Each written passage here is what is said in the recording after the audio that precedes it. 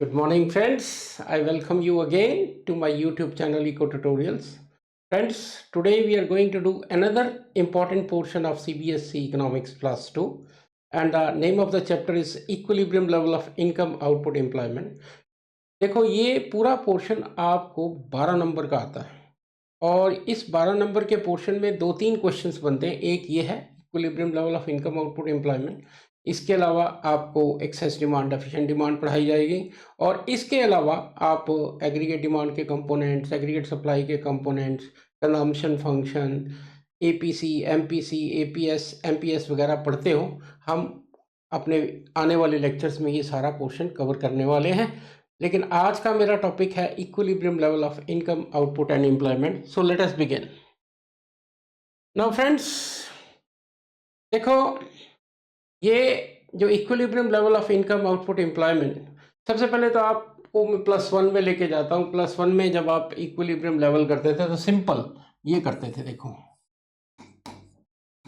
आप क्या करते थे, यहाँ प्राइस, इधर क्वांटिटी, और आप कहते थे ये डिमांड है, ये सप्लाई है और ये इसका इक्विलिब्रियम है। ठीक है कि where demand is equal to supply, वो इक्विलिब्रियम हो जाता है। लेकिन जब आप मैक्रो इकोनॉमिक्स में आते हो, we use the concept of aggregate demand and aggregate supply. But before coming to that, let me tell you that this concept equilibrium level of income output and employment, this was given by, ये दिया था J.M. Keynes. देखो ये हम ये कह सकते हैं इकोनॉमिक्स में इस इकोनॉमिस्ट का कंट्रीब्यूशन अनपैरेलल्ड है और ये सारा जो J.M. केन्स की इकोनॉमिक्स है, ये इसने एक बुक लिखी, the journal theory of employment, interest and money. ये बुक 1936 में आई। अब जब ये 1936 में आई ये बुक, और ये basically depression, great depression of 1930 के एग्जाम्पल्स के ऊपर बेस थी,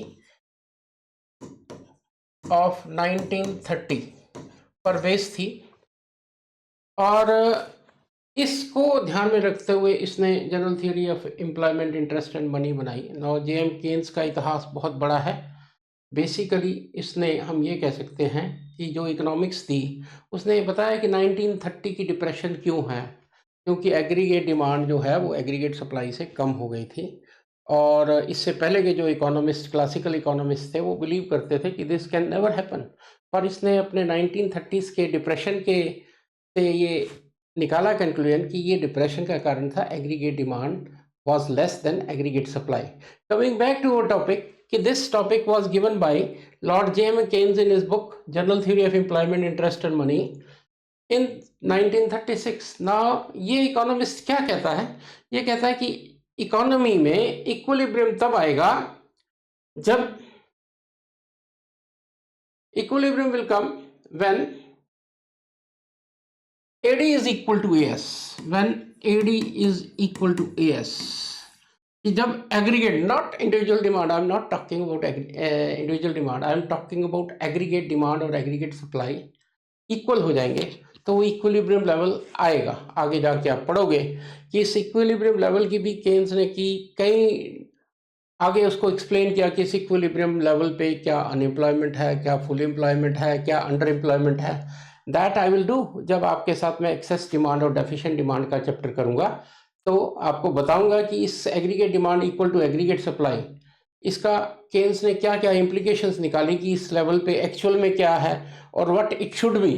लेकिन यहाँ पर सिंपल कि इक्विलिब्रियम लेवल ऑफ इनकम वहाँ होता है जहाँ एग्रीगेट डिमांड और एग्रीगेट सप्लाई बराबर हो जाते हैं। देखो क्या कहता है, according to Keynesian theory, equilibrium level of income is determined at the level where aggregate demand is equal to aggregate supply और planned savings are equal to planned investment. अब दो वर्ड्स यूज कर दिए मैंने, एक planned saving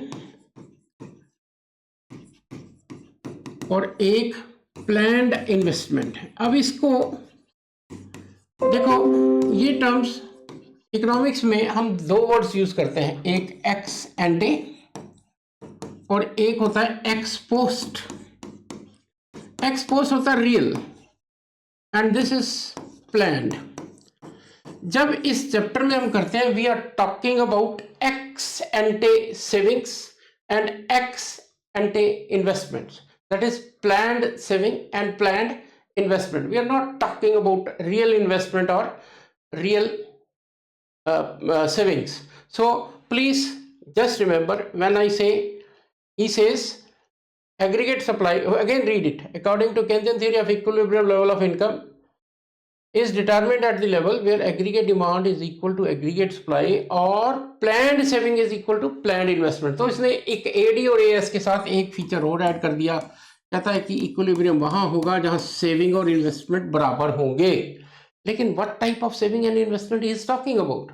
he is talking about planned saving, planned investment, not real saving और real investment. देखो मैंने आपको बताया कि उसने डिप्रेशन की इकोनॉमिक्स पढ़ी, उसने डिप्रेशन के रीजंस बताए, तो प्लान्ड पे बात ज़्यादा करता है इंस्टेड ऑफ एक्चुअल। एक्चुअल तो पता था कि क्या है, aggregate demand is less than aggregate supply, that was why there was huge unemployment in the economy. लेकिन यहाँ पर वो बात जो कर रहा है कि इस इक्विलिब्रियम पे अगर हमने आना है तो हमें एडी और एएस को इक्वल करना पड़ेगा या प्लान्ड सेविंग और इन्वेस्टमेंट को इक्वल करना पड़ेगा। So I hope this slide is now very clear. Again read it.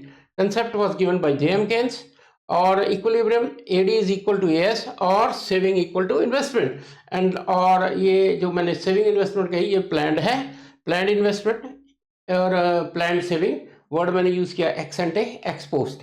X post हम यूज करते हैं रियल के लिए, एक्स एंटे करते हैं प्लान्ड के। Now moving ahead, now see, now जैसे कि अभी मैंने आपको बताया कि दो अप्रोचेज हैं, one is this ADS approach and other one is saving investment approach. Two approaches to equilibrium, ADAS and saving investment approach. दो हमने करनी है कि या तो ADAS AD is equal to AS तब equilibrium आएगा, या आएगा saving is equal to investment. So let us study. देखो क्या कहता है, equilibrium level of income is only determined when AD is equal to AS or saving is equal to investment. That is when the flow of goods and services in the economy equals to demand for goods and services. ये basically इस approach की बात कर रहा है। चलें आगे। देखो अब before I move ahead, there are certain assumptions of this approach. हम ये दोनों अप्रोचेस करेंगे, ये कुछ assumptions पे बेस्ड है। जो सबसे पहली assumption मैं इसमें से पिक करना चाहूँगा वो है कि ये short run based, short period assumptions, कि ये जो है केन्स की पूरी इकोनॉमिक्स जो है वो शॉर्ट पीरियड की इकोनॉमिक्स है। और क्योंकि वो बिलीव करता था कि in the long period we are all dead, बड़ी फेमस कोटेशन है लॉर्ड केन्स की, in the long period we are all dead, so whatever he is talking about is only in short period. कहता उस period की बात करो जो आपकी लाइफ में आएगा, डोंट टॉक अबाउट कि जब when you are no more, in the long period we are all dead. So पहली जो assumption है वो ये है that output short run will be considered only short run equilibrium. Then जो दूसरी assumption है कि ये टू सेक्टर मॉडल पे बेस्ड है। Now what is this two sector model? अभी इस पे आते हैं। टू सेक्टर मॉडल और इसको कहते हैं क्लोज्ड इकोनॉमी। देखो आपको मैंने expenditure method, AD is nothing but expenditure method के न्यूमेरिकल्स करवाए थे। वहाँ एग्रीगेट डिमांड को हमने लिखा था C plus I plus G plus X minus M। What was C? Consumption expenditure, investment expenditure, government expenditure and net exports. Friends ये जो एग्जाम्पल है, दिस एग्जाम्पल, दिस इज, हम कहते हैं इसको ओपन इकोनॉमी, जिसमें एक्सपोर्ट एंड इंपोर्ट्स आ जाते हैं। लेकिन इस मॉडल में we are talking only of AD is equal to C plus I, no export imports, no government expenditure, close economy की बात कर रहे हैं। ये दूसरी इंपॉर्टेंट assumption है। सो फर्स्ट assumption कि शॉर्ट पीरियड की बात करते हैं, then sector model, two sector model की बात करते हैं, देन फिर कहता है कि इन्वेस्टमेंट इज ऑटोनोमस। अभी ऑटोनोमस इन्वेस्टमेंट और ऑटोनोमस कंजम्पशन में अभी थोड़ी देर में आता हूं। देन एक तो ये ऑटोनोमस वर्ड आ गया, इसकी भी अभी आपको एक्सप्लेनेशन देता हूं, लेकिन लेट अस सी क्या है ऑटोनोमस। देखो, ऑटोनोमस होता है independent of level of income. This is autonomous investment. इधर अगर मैं इनकम लूं, इधर इन्वेस्टमेंट ली, this investment remains same irrespective of the level of income, autonomous investment. इसी तरह autonomous consumption like this will be like this.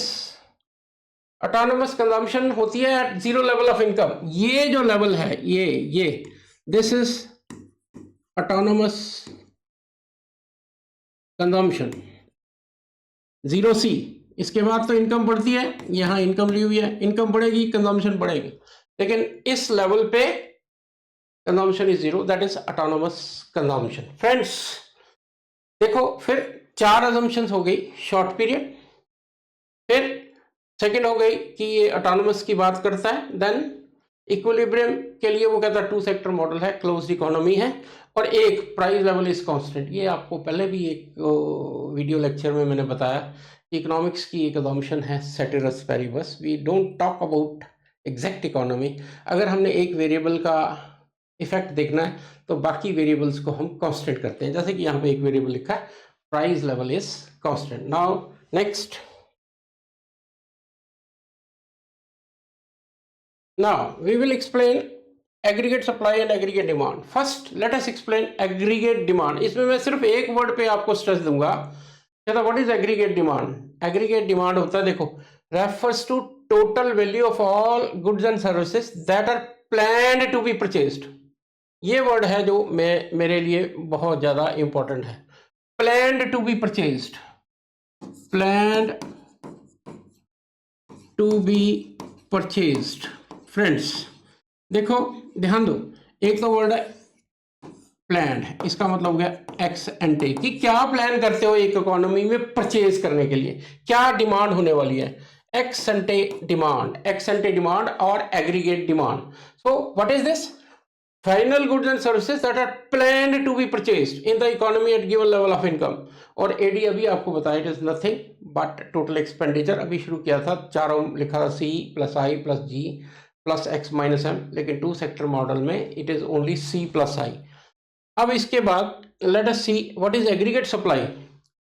एक तो हो गया कि what you plan to purchase, और एग्रीगेट सप्लाई होगा कि what is there in the economy, that is monetary value of all goods and services purchasable by an economy over a specified period of time. कि एक specified period में purchasable amount कितना है, वो होगा aggregate purchasable amount.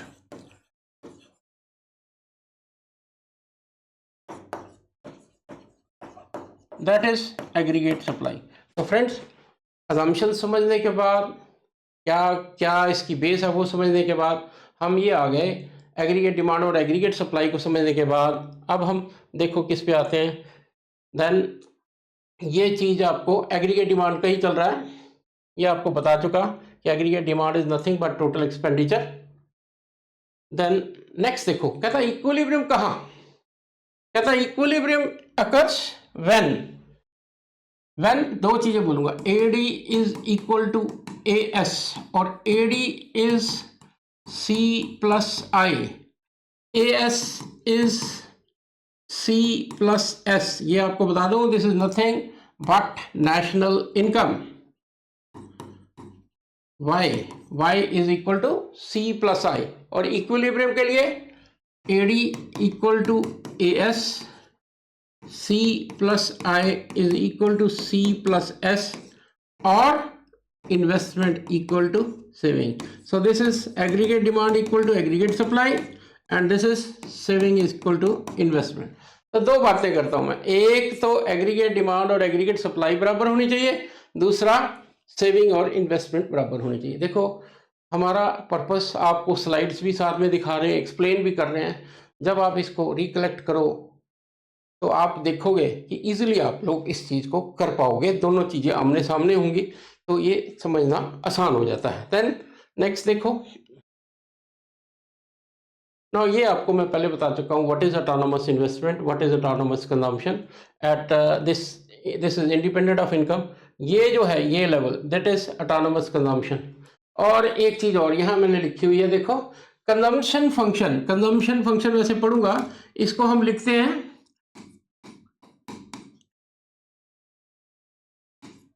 या तो ऐसे लिख देते हैं। Now what is this, this is autonomous consumption, zero level of income पर कंजम्पशन। देखो एक चीज ध्यान रखो कि when the income is zero consumption is not zero, कभी जीरो नहीं होती वो, उसको जीरो लेवल ऑफ इनकम पे जो कंजम्पशन है उसको हम ऑटोनोमस कंजम्पशन कह देते हैं। बी, ये आपने पढ़ा नहीं, अभी आपको बताऊंगा मैं, एमपीसी, वैसे ये होता है delta C upon delta Y, और वाई इज इनकम, और कहीं पे कहीं जगह पे ये सीधा ही बी की जगह पर वो एमपीसी लिख देते हैं, एक ही बात है। और कई जगह पर ये कंजम्पशन फंक्शन मिलेगा A plus B Y, nothing, A is autonomous consumption, B is your MPC and Y is income. What is MPC अभी इस चैप्टर में हमें नहीं चाहिए, आगे जाके करेंगे। नाउ इसके बाद हम डायग्रामेटिकल एक्सप्लेनेशन पे आएंगे इसकी।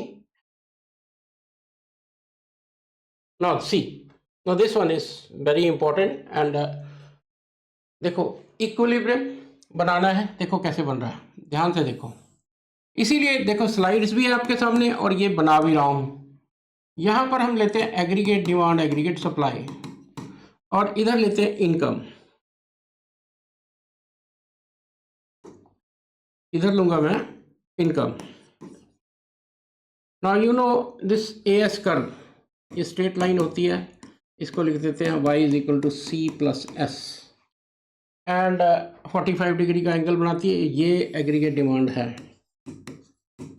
सी प्लस आई, सी प्लस आई, ये जीरो से शुरू ना होकर ऊपर से शुरू होती है वाई। ये आपको अभी बताया मैंने कि इक्वल इनकम लेवल जीरो हो तब भी कंजम्पशन जीरो नहीं होती, और एग्रीगेट डिमांड का एक कंपोनेंट दिस कंजम्पशन होता है, इसलिए ये जीरो से शुरू ना होकर ऊपर। देखो ये दोनों यहाँ इंटरसेक्ट कर रहे हैं, so this is where point where AD is equal to AS, this is called equilibrium level of income, equilibrium level of income, जहां AD और AS एक दूसरे के बराबर होते हैं। अब क्वेश्चन है कि इससे पहले क्या है और इसके बाद क्या है। अगर इससे पहले मैं ये लेवल ले लूं Y1, तो देखो इस लेवल पे क्या है, इस लेवल पे अगर आप देखो ये aggregate demand curve aggregate supply curve से ऊपर है, that means AD is greater then AS, इसको हम कहते हैं डिमांड ज़्यादा है, इसको कहते हैं एक्सेस डिमांड। देखो आपके लिए ये भी बहुत इंपॉर्टेंट है एक्सेस और डेफिशिएंट डिमांड, लेकिन इसके लिए हम पूरा एक वीडियो लेक्चर लोड करेंगे। इसके बाद क्या होता है Y2, इस पे देखो Y2 पर ये लेवल, यहां पर aggregate supply is more than aggregate demand, इसको हम कहते हैं डेफिशिएंट डिमांड, कि यहां पर डिमांड कम है। अब देखो क्वेश्चन ये है कि इसका, ये तो ठीक है कि AD और AS इक्वल है, इन दो लेवल्स का क्या सिग्निफिकेंट होता है। सपोज कर लो ये हो एग्रीगेट डिमांड, कि एग्रीगेट डिमांड और एग्रीगेट डिमांड एग्रीगेट सप्लाई से ज़्यादा है, इसका मतलब जो डिमांड है गुड्स और सर्विसेज की, परचेजेबल जो डिमांड है वो जो परचेजेबल इन्वेंट्री आपको अवेलेबल है उससे ज़्यादा है। Demand is more than supply, inventory से ज़्यादा है, मतलब कि अगर सेलर के पास 10 किलो चीज़ है तो डिमांड जो है 15 किलो की खड़ी है। अब इस सिचुएशन में क्या होगा ना, देखो जब whenever there is excess demand inventories will be sold out, सारी इन्वेंट्रीज बिक गई, और इन्वेंट्रीज कम होने के कारण अगर जो प्रोड्यूसर होगा वो चाहेगा कि इस मौके का फ़ायदा उठाया जाए कि डिमांड ज़्यादा है, वो आउटपुट एम्प्लॉयमेंट को इंक्रीज करेगा, तो वो तब तक करता रहेगा जब तक AD और AS इक्वल ना हो जाए। फ्रेंड्स देखो एक चीज़ आपको बता दूं कि इस केंद्रीय इकोनॉमिक्स में जो तीन वर्ड्स इकट्ठे इकट्ठे यूज होते हैं, that is income, output and employment. जब मैं ये कहता हूँ equilibrium level of income, this is equilibrium level of output also, this is equilibrium level of equilibrium level of employment also. अब इसमें देखो नेक्स्ट, इसमें क्या होगा, इसमें सप्लाई, गुड्स ज़्यादा है मार्केट में और डिमांड उनकी कम है, गुड्स ज़्यादा है तो इन्वेंट्री जो है वो अनसोल्ड रह जाएगी, और अगर इन्वेंट्री अनसोल्ड रह जाएगी तो प्रोड्यूसर्स के प्रॉफिट्स कम होने शुरू हो जाएंगे, एक्सेस कैपेसिटी क्रिएट हो जाएगी, और उसको कम करने के लिए वो क्या करेंगे, एम्प्लॉयमेंट को कम करना शुरू करेंगे। इससे क्या होगा कि ये तब तक कम करते रहेंगे जब तक एडी और एएस इक्वल ना आ जाए। तो सिंपल है कि एडी और एएस जहां बराबर होंगे वो इक्विलिब्रियम लेवल होगा। अगर एडी ज़्यादा है तो that means demand is more than inventory available, that will push up income output employment till equilibrium is reached. और अगर एएस ज़्यादा है that means inventory is more than what ever is desired. तो इस situation में income कम होगी तब तक जब तक एडी और एएस बराबर ना आ जाए। फ्रेंड्स एक चीज़ और बता दूं, जो ये इक्विलिब्रियम लेवल ऑफ इनकम है इसके लिए एक वर्ड भी यूज हुआ है, केन्स ने किया है, इफेक्टिव डिमांड। तो फ्रेंड्स आपने कंफ्यूज नहीं होना कि ये इक्विलिब्रियम लेवल ऑफ इनकम भी है, आउटपुट भी है, एम्प्लॉयमेंट भी है, और इसको इफेक्टिव डिमांड भी कहते हैं। नाउ इसकी एक टेबुलर एक्सप्लेनेशन बनती है, let us go to that tabular statement, tabular explanation. Now this is tabular, वो क्या है देखो, हमने क्या किया, ये ले लिया इनकम, फिर ले ली हमने कंजम्पशन, सेविंग आपको पता है वाई माइनस सी, फिर एक इन्वेस्टमेंट लेवल को ऑटोनोमस लेंगे। नाउ हमने क्या किया, इनकम ली 0, इसमें 20 का इंक्रीज करो, 20, 40, 60, 80, 100, 120 एंड 140। और इसमें हमने क्या किया, 30 से शुरू किया। सबसे पहली बात तो यही आ गई, देखो income, when income is 0 consumption is not 0, autonomous consumption is there, which is कि भी आप ना भी कुछ कमा रहे हो कुछ तो खा रहे हो, तो वो 30। अब इसमें मैं क्या कर रहा हूँ, 10 का इंक्रीज कर, 40, 50, 60, 70, 80, 90 एंड 100। अब इसकी मैंने सेविंग निकाल दी, saving is Y minus C, -30, -20, -10, 0, +10, +20, +30 and +40। Investment एक ऑटोनोमस हम मान लेते हैं कि ये 20 है, जस्ट एज्यूम्ड स्टेप है कि 20 है ना। हमने देखो ये तो आ गई आपकी एएस इनकम, आपको बताया नेशनल इनकम जो है वो एएस, वाई को एएस ही कहते हैं। और एडी के लिए मेरे पास है सी प्लस आई, ये सी है ये आई है, 50, 60, 70, 80, 90, 100, 110 एंड 120, ये मैं प्लस कर रहा हूँ इसको, सी और आई को। अब इसमें देखो पहला इक्विलिब्रियम कंडीशन है ये, where this is AS, this is AS and this is AD. पहली इक्विलिब्रियम कंडीशन है ये देखो, इक्विलिब्रियम वो इस लेवल पे आता है, दिस इज इक्विलिब्रियम लेवल, जहां दोनों चीजें हो रही हैं। देखो आप, एक तो ये एडी और एएस इक्वल हो गए, और दूसरी चीज हो रही है फ्रेंड्स, देखो ध्यान से, दूसरी चीज हो रही है कि सेविंग और इन्वेस्टमेंट भी बराबर हैं, AD equal to AS and saving is greater than saving is equal to investment. So at this level, this is AD. At this level, AD is equal to AS and saving is equal to investment.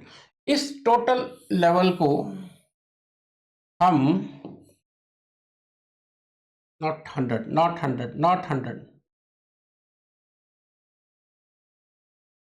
this was, just wait, थोड़ा सा अभी board चलाने में 100, 80, this is 120, 140, और यहाँ हमने लिया था 70, 80, 90 एंड 100, और ये आता है +20, +30 एंड +40, और यहाँ पर आई था हमारे पास 20, और C प्लस आई था मेरे पास, C plus I 110 and this is 120। तो ये इक्विलिब्रियम लेवल है।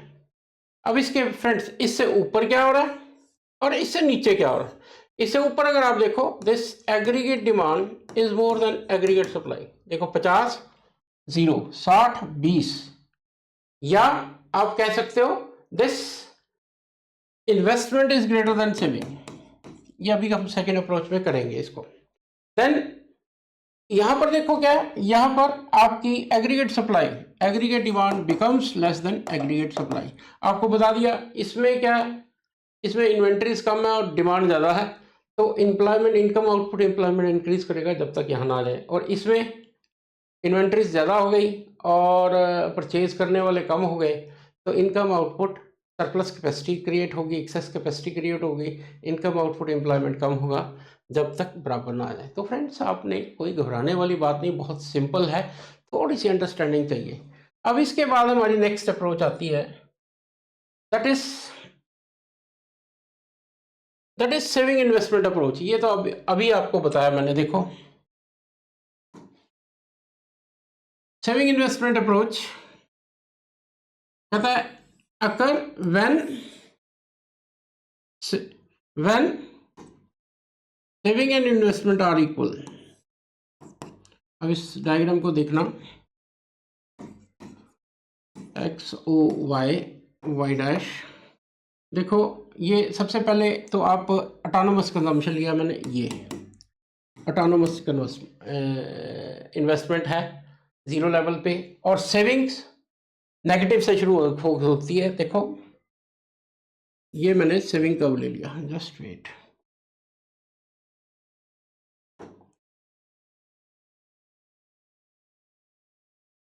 This is my saving curve. Now आप देखो इसमें कि सेविंग और इन्वेस्टमेंट दोनों ऑटोनोमस एक्स एंटे हैं, ex ante that is planned. तो यहां पर हम कहते हैं planned saving is equal to investment. इस पे जो लेवल आता है that is equilibrium level of income. इससे ऊपर ऊपर आप saving is greater than investment, देखो सेविंग कब ऊपर चली गई, इन्वेस्टमेंट कब नीचे रह गई। और इससे इधर इधर इस लेवल पे देखो, इन्वेस्टमेंट कब ऊपर है, सेविंग नीचे। सपोज कर लो ये लेवल है आई और ये लेवल है I1।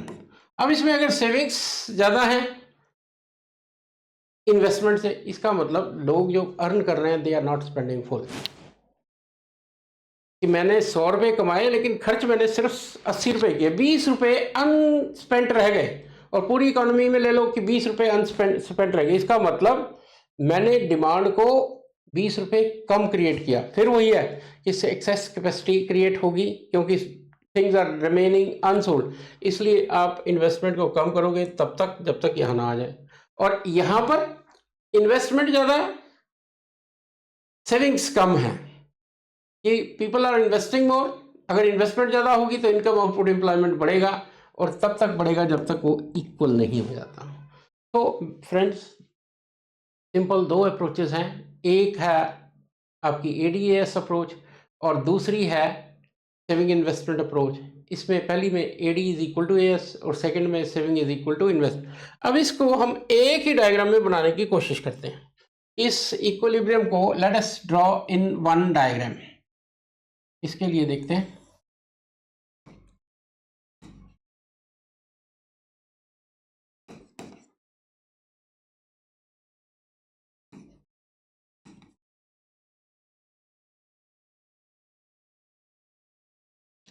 नाउ ये मैंने बनाया y is equal to C+S। बनानी है तब बनाना, नहीं तो अलग अलग हम बना चुके हैं, कोई दिक्कत नहीं। This is AS and this is AD, this is my equilibrium level. और इसको अब देखो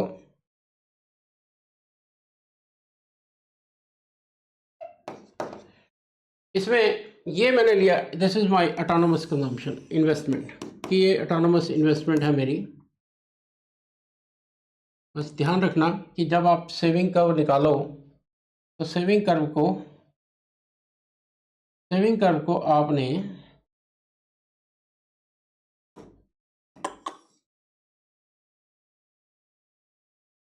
सेविंग कर्व यहाँ से निकलनी चाहिए, ई पॉइंट पे।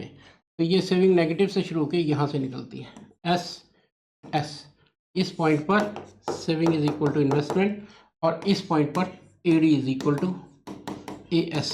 इधर ए डी है, ए एस है, और ये सेविंग्स है और इन्वेस्टमेंट है, ये इनकम है, this is also income. So simple कि जहाँ ए डी और ए एस इक्वल होंगे that is equilibrium level of income. Friends, just a quick revision. देखो, सबसे पहले तो आपको पता होना चाहिए केन्स ने दिया, और इक्विलिब्रियम कहा जहाँ A D is equal to S और S is equal to I. फिर हमने केन्स का ये बताया कि ये 2 सेक्टर मॉडल है, शॉर्ट पीरियड है, हम सिर्फ एक क्लोज्ड इकोनॉमी की बात कर रहे हैं। फिर हमने ऑटोनोमस कंजम्पशन, ऑटोनोमस इन्वेस्टमेंट की बात करते हैं, ये भी आपको मैंने बताया कि प्लान्ड वर्ड यूज़ होता है। फिर हमने बताया पहले एडीएस अप्रोच की, उसकी टेबुलर स्टेटमेंट परचेज आपको एक्सप्लेन की, फिर सेविंग इन्वेस्टमेंट, उसके आपने बनाए डायग्राम्स। देखो, इकोनॉमिक्स में डायग्राम का सिग्निफिकेंस बहुत होता है, तो डायग्राम्स आपके पिक्चर परफेक्ट होने चाहिए, जैसे यहाँ बने हुए हैं। आपको दोनों चीज़ें मैंने साथ साथ दे दी हैं कि आप दोनों को एक साथ स्टडी कर सकते हो, और बहुत आप इस स्लाइड्स को पढ़ोगे तो आपको सेल्फ एक्सप्लेनेटरी मिलेगा, सब कुछ बहुत सिंपल ढंग से एक्सप्लेन हुआ हुआ, और definitely it is going to help you in your coming examination. Friends, last में जाते जाते फिर कहूँगा, चैनल को सब्सक्राइब करें, लाइक करें, हम आपको अच्छे वीडियोस देने वाले हैं। नेक्स्ट जो हमने देना है वो कंजम्पशन फंक्शन का देना है, वो आज आएगा वीडियो या कल अपलोड हो जाएगा। ये वीडियो आज ही अपलोड आपको मिल जाएगा। So friends, thank you once again and see you again. Thank you.